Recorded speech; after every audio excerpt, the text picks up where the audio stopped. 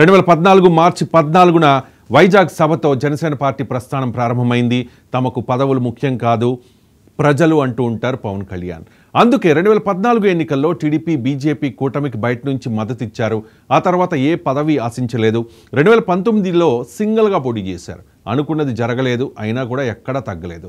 Failures are the stepping stones to success అనుకున్నారు పవన్ కళ్యాణ్. 2019-24ల మధ్య 5 ఏళ్ల పాటు జనసేన అత్యంత క్లిష్ట పరిస్థితులను ఎదుర్కొంది. అధినేత పవన్ను వైసీపీ నేతలంతా మానసిక అత్యాచారానికి పాల్పడితే ఓపిగ్గా భరించారు. జనసేన కార్యకర్తల మీద, వీర మహిళల మీద కక్షపూర్తంగా వ్యవహరించారు వైసీపీ నేతలు. జగన్ డైరెక్షన్లో బోరుగడ్డ, శ్రీరెడ్డి, పోసాని లాంటి పెయిడ్ ఆర్టిస్టులు పవన్ కుటుంబాన్ని రోడ్డు మీదకు తెచ్చే ప్రయత్నం చేశారు. అసభ్య పదజాలంతో విరుచుకుపడ్డారు. రోజులు ఒకేలా ఉండవు కదా, కర్మ ఫలితం ఎవరైనా అనుభవించక తప్పదు కదా. రాజకీయాల్లో ఏదైనా సాధ్యమే. ప్రజలు తలుచుకుంటే ఓడలు బళ్ళవుతాయి, బళ్ళు ఓడలవుతాయి. 2019 ఎన్నికల్లో 151 స్థానాల్లో గెలిచి ఆ తర్వాత జరిగిన స్థానిక ఎన్నికల్లో అంతకు మించిన పెర్ఫార్మెన్స్ ఇచ్చిన వైసీపీని 2024లో పాతాళానికి తొక్కేశారు ప్రజలు. 2019 ఎన్నికల్లో పోటీ చేసిన 2 చోట్ల కూడా ఓడిపోయి వైసీపీ నేతల చేత అన్నరాని మాటలు, అవమానాలు పడిన పవన్ కళ్యాణ్ను తాజా ఎన్నికల్లో గేమ్ చేంజర్గా మార్చారు అదే ప్రజలు. 2024 రాజకీయ రంగంలో జనసేనకు ఎంత కలిసి వచ్చిందో వైసీపీని అంత అధపాతాళానికి తొక్కేసింది. సార్వత్రిక ఎన్నికల్లో 100% స్ట్రైక్ రేట్ సాధించిన పార్టీగా జనసేన రికార్డు సృష్టిస్తే అంతకుముందు ఎన్నికల్లో దక్కించుకున్న సీట్లలో 10వ వంతు కూడా దక్కించుకోలేక వైసీపీ పూర్తిగా చతికిల పడిపోయింది. పోటీ చేసిన అన్ని శాసనసభ, పార్లమెంట్ స్థానాల్లో జనసేన అభ్యర్థులు గెలుపొంది యావత్ దేశం దృష్టిని ఆకర్షించారు. 100% స్ట్రైక్ రేట్తో సత్తా చాటింది జనసేన.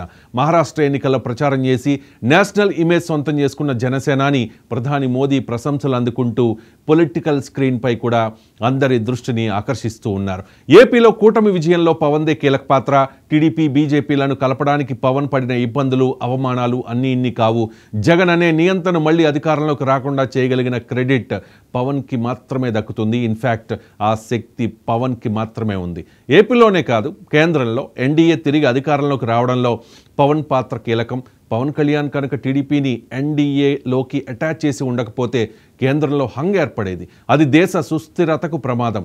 సరిహద్దుల్లో భారత్ను అస్థిరపరచాలని గోతికాడ నక్కల్లా ఎదురు చూస్తోన్న చైనా, పాక్లకు అవకాశం లేకుండా చేసిన క్రెడిట్ కూడా పవన్కే దక్కుతుంది.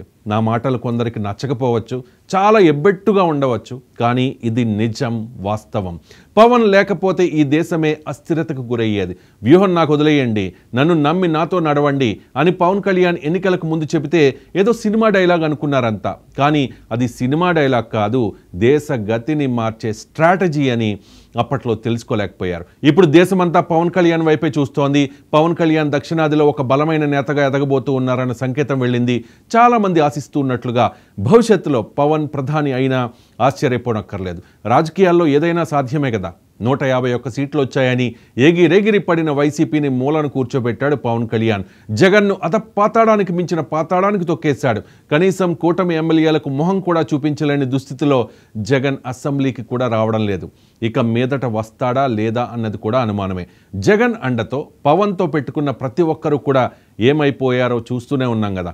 వైసీపీ అధికారంలో ఉండగా ఒక వెలుగు వెలిగిన అంబటి, గుడివాడ, కొడాలి, వంశీ, రోజా, అనిల్ యాదవ్ల పరిస్థితి ఏంటో చూస్తూ ఉన్నాం కదా.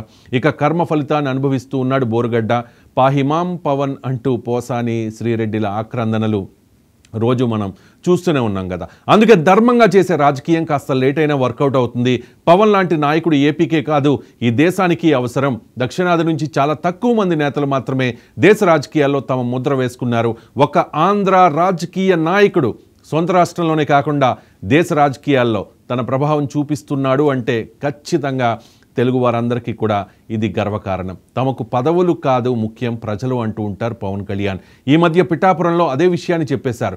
తాము అవసరమైతే భాగస్వామ్యంలో ఉన్న కూటమి ప్రభుత్వ విధానాలను విమర్శించడానికి ఏమాత్రం వెనకాడమని స్పష్టమైన సంకేతం ఇచ్చేశారు. జనసేన అధినేత, AP deputy CM Pavan Kalyan ఈ విషయాన్ని ప్రూవ్ చేసుకున్నారు. మొదటి నుంచి కూడా పవన్ కళ్యాణ్ విమర్శించే మేధావులు పవన్ కళ్యాణ్ ఒక డమ్మీ అని, చంద్రబాబు కోసమే పవన్ పనిచేస్తూ ఉంటారని, ప్యాకేజీ స్టార్ అని, వీకెండ్ పొలిటికల్ లీడర్ అని ఎద్దేవా చేస్తూ ఉంటారు. ఇలా అనేక విమర్శలు పవన్పై చేశారు. లిటరల్గా చెప్పాలంటే మానసిక అత్యాచారమే చేశారు, వ్యక్తిత్వ హననం చేశారు. నిజంగానే పవన్ కళ్యాణ్ ప్యాకేజీ స్టార్ అయితే హోంమంత్రిపై ఎందుకు వ్యాఖ్యలు చేస్తారు? తిరుపతిలో శ్రీవారి భక్తులు తొక్కిసలాటలో చనిపోతే టీడీపీ సైలెంట్ అయిపోతే బాధ్యత తీసుకుని సారీ ఎందుకు చెప్తారు? చంద్రబాబు నాయుడు నాయకత్వంలోని కూటమి ప్రభుత్వం మంచి పనులు చేస్తే తన మద్దతు ఉంటుంది, కానీ కూటమి ప్రభుత్వం ప్రజలకు నచ్చిన పనులు చేస్తే మద్దతు ఉండదని చాలా స్పష్టంగా తేల్చి చెప్పేశారు పవన్ కళ్యాణ్. ప్రజలకు ఈ ప్రభుత్వం సమర్థవంతంగా సేవలు అందించలేదని తాము భావిస్తే మిత్రపక్షమైన తెలుగుదేశం పార్టీతో డీమార్కెట్ చేసుకోవడానికి కూడా మేము సిద్ధమే అనే సంకేతాన్ని ఇచ్చేశారు పవన్ కళ్యాణ్. ప్రశ్నించడం కోసం పుట్టిన పార్టీ అధికారంలో భాగస్వామ్యమైన తర్వాత ప్రశ్నించడం మానేసిందని విమర్శలు చేసిన రోజా, జగన్, అంబటి, గుడివాడ, సజ్జల లాంటి వాళ్లకు చెప్పుతో కొట్టినట్టు సమాధానం ఇచ్చి పడేశారు పవన్ కళ్యాణ్. పవన్ ఇలాకా పిఠాపురంలోనే మిత్రపక్షమైన టీడీపీకి, తన దెబ్బతో అధపాతాళానికి పడిపోయిన వైసీపీకి, జనసేన పార్టీ కార్యకర్తలకు, ప్రజలకు స్పష్టమైన సంకేతం ఎప్పుడో ఇచ్చేశారు పవన్ కళ్యాణ్. స్వపక్షంలో విపక్షంలో ఉంటామని, అసెంబ్లీకి వైసీపీ ఎమ్మెల్యేలు ఇక రాకపోవచ్చు కాబట్టి ప్రజల పక్షాన ప్రతిపక్ష పాత్ర పోషిస్తామని పవన్ గతంలోనే చెప్పేశారు.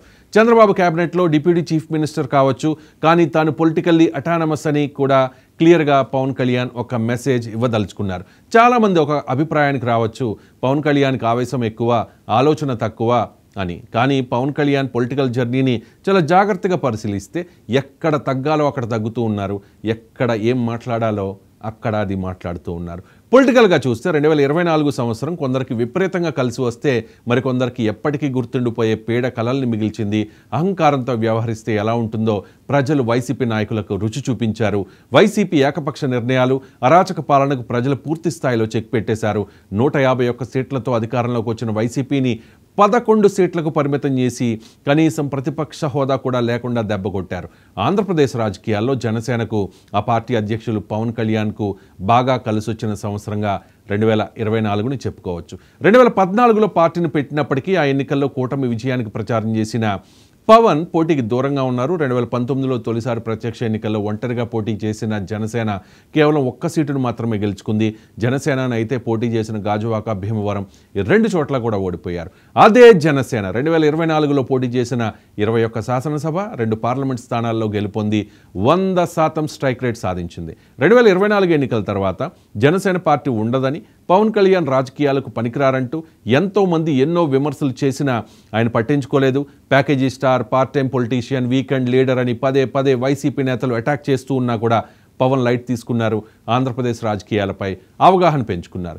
ఏ విధమైన వ్యూహాలతో ముందుకెళ్లాలో సరిగ్గా అంచనా వేయగలిగారు. అప్పటి అధికార పక్షం వైసీపీ ఎన్ని ఇబ్బందులు పెట్టినా, వ్యక్తిగతంగా టార్గెట్ చేసినా వెనక్కి తగ్గలేదు. ప్రతి విమర్శకు ధీటైన జవాబు ఇస్తూ ముందుకు సాగారు. వారాహి యాత్రతో ప్రజలతో మమేకమయ్యారు. ప్రభుత్వ వ్యతిరేక ఓటు చీలనివ్వబోనన్న మాటపై చివరి వరకు నిలబడుతూ బీజేపీ, టీడీపీ, జనసేన మధ్య పొత్తు కుదరడంతో పవన్ కళ్యాణ్ కీలక పాత్ర పోషించారు. జనసేనకు తక్కువ సీట్లు కేటాయింపుపై ఎన్నో రకాల విమర్శలు వచ్చినా కూడా తాను పోటీ చేసే అన్ని స్థానాల్లో గెలిచి సత్తా చాటడమే తన ముందున్న కర్తవ్యం అంటూ ముందుకెళ్లారు పవన్. వ్యూహం తనకు వదిలేయమని పార్టీ నేతలకు, కేడర్కు స్పష్టంగా చెప్పేశారు. చివరకు పోటీ చేసిన అన్ని స్థానాల్లో గెలిచి చరిత్ర సృష్టించారు. వైసీపీని అధపాతాళానికి తొక్కేస్తానని ఎన్నికల ప్రచారంలో శపథం చేసిన జనసేనాని దాన్ని చేసి చూపించారు. ఆంధ్రప్రదేశ్ శాసనసభ ఎన్నికల ముందు వరకు జనసేన ఒక రాజకీయ పార్టీ, ఎన్నికల తర్వాత ఆ పార్టీ ఒక శక్తిగా మారింది. పవర్ ఉంటే ఏదైనా చేయొచ్చు, జనసేన లక్ష్యం చేరుకోవాలంటే పవర్ కావాలంటూ పవన్ కళ్యాణ్ పదే వ్యాఖ్యానించేవారు. సరిగ్గా 2024 ఎన్నికల తర్వాత ఏపీ ప్రభుత్వంలో జనసేన భాగస్వామిగా మారింది. పవన్ కళ్యాణ్ ఉప ముఖ్యమంత్రి బాధ్యతలు స్వీకరించారు. 6 కీలకమైన శాఖలకు మంత్రిగా వ్యవహరిస్తూ ఉన్నారు. ఎన్నికల ముందు ప్రజలకు ఇచ్చిన హామీలను పవన్ కళ్యాణ్ మర్చిపోలేదు. అధికారంలో ఉన్నా లేకపోయినా తాను ప్రజాసేవకుడినేనంటూ ముందుకు సాగారు. ప్రభుత్వ పరంగా తీసుకునే నిర్ణయాల్లో ఎక్కడా కూడా తొందరపాటు చూపించకుండా నిదానంగా ముందుకెడుతూ అందుబాటులో ఉన్న వనరులతో ఏ విధంగా అభివృద్ధి చేయగలమో ప్రణాళికలు రచించుకుంటూ ముందుకెడుతూ ఉన్నారు. తనకు ఇష్టమైన గ్రామీణాభివృద్ధి, పంచాయతీరాజ్ శాఖల బాధ్యతల్ని నిర్వహిస్తూ రాష్ట్రంలో తనదైన మార్క్ పాలనను ప్రజలకు చూపించేందుకు పవన్ కళ్యాణ్ ప్రయత్నిస్తూ ఉన్నారు. సాధారణంగా ఏదైనా రాజకీయ పార్టీ మత విశ్వాసాల విషయంలో ఆచితూచి వ్యవహరిస్తుంది. తమది సెక్యులర్ పార్టీ అని, అన్ని మతాలను సమానంగా చూస్తామని ప్రచారం చేసుకుంటూ ఉంటారు. ఈ సమయంలో పవన్ కళ్యాణ్ మాత్రం సనాతన ధర్మాన్ని రక్షించుకోవాల్సిన అవసరం ఉందని, తమ పార్టీ సనాతన ధర్మ పరిరక్షణకు కృషి చేస్తుందని బహిరంగంగా ప్రకటించడంతో పాటు తిరుపతి సభలో ఒక సనాతన ధర్మ డిక్లరేషన్ను కూడా ప్రకటించారు. దీంతో ఏపీలో సనాతన ధర్మ పరిరక్షణకు బ్రాండ్ అంబాసిడర్గా పవన్ కళ్యాణ్ గుర్తింపు పొందారు. ఇతర మతాలను గౌరవిస్తూనే సనాతన ధర్మాన్ని పరిరక్షించుకోవాల్సిన అవసరాన్ని ధైర్యంగా చెప్పారు. దేశ స్థాయిలో సనాతన ధర్మ పరిరక్షణకు అవసరమైతే తాను నాయకత్వం వహిస్తాననే రీతిలో పవన్ కళ్యాణ్ తీరు కనిపిస్తోంది. దీంతో యావత్ దేశ ప్రజల దృష్టిని కూడా పవన్ కళ్యాణ్ తన వైపు తిప్పుకున్నారు. పవన్ కళ్యాణ్ ఇమేజ్ తెలుగు రాష్ట్రాలు దాటి జాతీయ స్థాయికి వెళ్ళిపోయింది. అప్పటి నుంచి పవన్ కళ్యాణ్ నేషనల్ లీడర్ అంటూ జన సైనికులు నినాదాలు చేస్తూ ఉన్నారు. మరోవైపు ఎన్డీఏ సమావేశాల్లో పవన్ను ప్రధాని మోదీ ప్రశంసలతో ముంచెత్తడం జనసేనాని ఇమేజ్ను దేశ స్థాయిలో మరింత పెంచింది. ప్రధాని మోదీ పవన్ను ఒక తుఫాన్తో పోల్చారు. మొత్తం మీద 2024 సంవత్సరం పవన్కు లక్కీ ఇయర్గా చెప్పుకోవచ్చు. 2014లో పార్టీ పెట్టినప్పటి నుంచి 2023 వరకు పవన్ కళ్యాణ్ రాజకీయంగా ఎలాంటి విజయాలను చూడలేదు. కానీ 2024లో తాను ఊహించిన దానికంటే ఎక్కువ విజయాలను అందుకున్నారు. పాలనలో పరిపక్వత ప్రదర్శిస్తూనే ప్రజలకు తనలోని కొత్త కోణం చూపిస్తూ ముందుకు సాగుతూ ఉన్నారు.